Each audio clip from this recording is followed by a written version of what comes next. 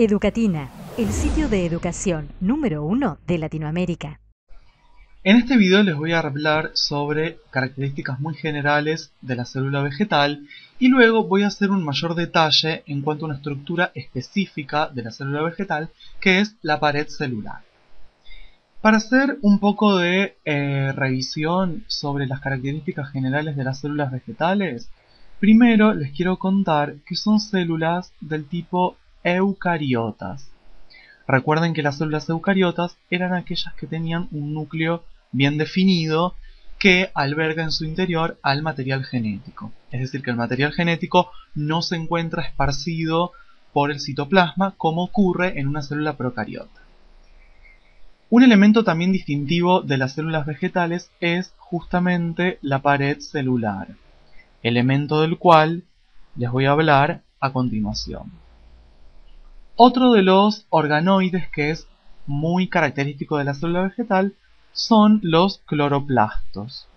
Son los corpúsculos en donde ocurre la fotosíntesis o parte de la fotosíntesis.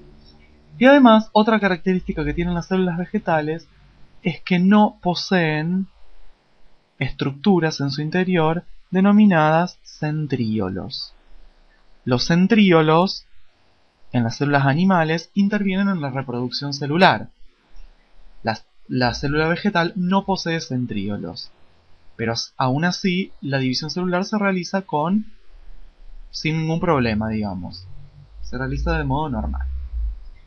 Bien, fíjense, en este esquema que realicé muy sencillo, les esquematicé una célula vegetal. Quiero nombrarles las principales partes y bueno, las funciones muy generales de cada una. Externamente, limitando, se encuentra, voy a usar otro color para distinguir mejor, voy a usar blanco, la pared celular. Ya vamos a ver bien las características, pero bueno, delimita y da forma a la célula. Lo mismo que la membrana plasmática, que es la línea que está en amarillo, membrana plasmática o membrana celular, también delimita a la célula creando un medio externo e interno y además controla el tráfico de sustancias. Luego, toda la parte interna de la célula está formada por una sustancia de aspecto gelatinoso denominada citosol, que es el lugar de asiento de los organoides e inclusiones citoplasmáticas. Y además por fibras, mejor dicho por especies de fibras de distinta composición que tienen una característica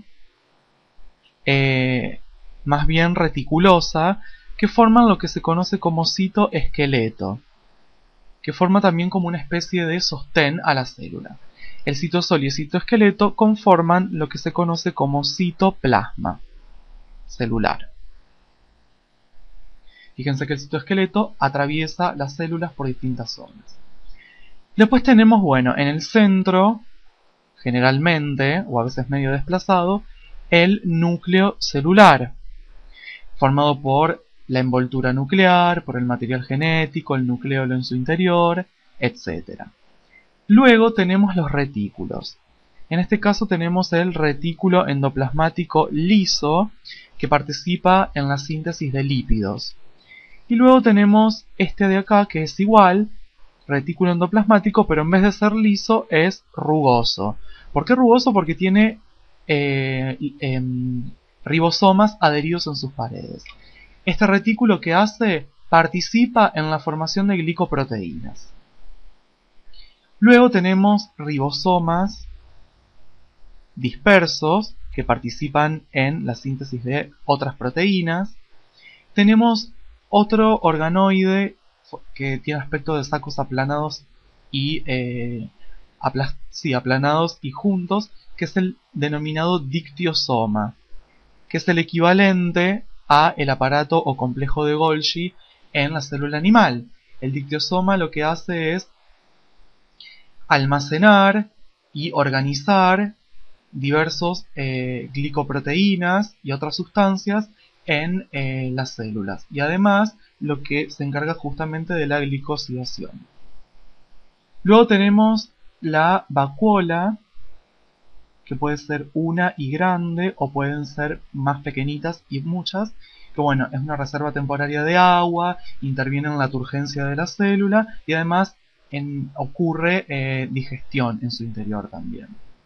Después tenemos cloroplastos, que participan, como dije anteriormente, en la fotosíntesis, y además tenemos este organoide con forma de bastón que se llaman mitocondrias, que participan en la respiración celular. Bien, más o menos estas son las estructuras básicas de una célula y sus añadidos para que sea una célula vegetal. Ahora sí voy a entrar de lleno a hablarles sobre qué es la pared celular y sus características principales. Porque la pared celular es un componente que se encuentra y que le da identidad, por decirlo de alguna manera, a la célula vegetal. La pared celular es como un armazón, como les dije anteriormente, es como un armazón o como un molde. Este armazón o molde que hace rodea a toda la célula. Tiene dos características. Tiene que ser fuerte, por un lado, para proteger y dar resistencia, pero por el otro lado tiene que ser lo suficientemente laxa. ¿Para qué? Para permitir el crecimiento de la célula. Entonces tiene que tener estas dos características. Por eso es que se dice que es semi-rígida. Porque no es ni muy fuerte ni muy laxa, es intermedia, semi-rígida. Bien, ¿cuál es la composición de la pared celular? Las paredes celulares, esto es una O, están formadas por sustancias tanto inorgánicas como por sustancias orgánicas. Les voy a hacer referencia a algunas de ellas. Una de esas sustancias es la celulosa, es un componente fundamental de las células, de las paredes celulares, perdón. La celulosa, bueno, es muy abundante, se dispone en una red muy desordenada, en una red fibrilar, porque son fibras de celulosa, fibrilar, y es fundamental. Lo que hace la celulosa es dar rigidez y además es resistente a la tracción. Esto es muy importante. Otro de los componentes es la hemicelulosa. La hemicelulosa también forma parte de esa red de fibras y bueno, también la misma, en vez de dar rigidez como la celulosa, la hemicelulosa da laxicidad. Laxicidad. Después tenemos otro componente que es la pectina. La pectina, al igual que la hemicelulosa y la celulosa son polisacáridos, también forma parte de la matriz de la pared, pero es una estructura más de tipo coloidal. Y al igual que la hemicelulosa, da laxicidad. Otro de los componentes, por ejemplo, es la lignina. La lignina es una sustancia que le da rigidez a la pared y aparece luego de un cierto tiempo que la célula se encuentra, digamos. Es resistente a la compresión. es resistente a la compresión. Bien, otra de las sustancias fundamentales o que puede existir es la cutina. La cutina es una sustancia grasa que forma una capa denominada cutícula que recubre todo el cuerpo de la planta o de las células, digamos, y la función es disminuir la transpiración. Bien, y después tenemos otra sustancia, como son por ejemplo las ceras, que las ceras se encuentran por ejemplo en algunas hojas, en algunos tallos, en algunos frutos, y son las ceras responsables de dar el aspecto blanquecino que tienen algunas cosas como les nombré recién. Bueno, y después, hay otras estructuras, componentes como las sustancias minerales de las que les hablé, de tipo componentes inorgánicos.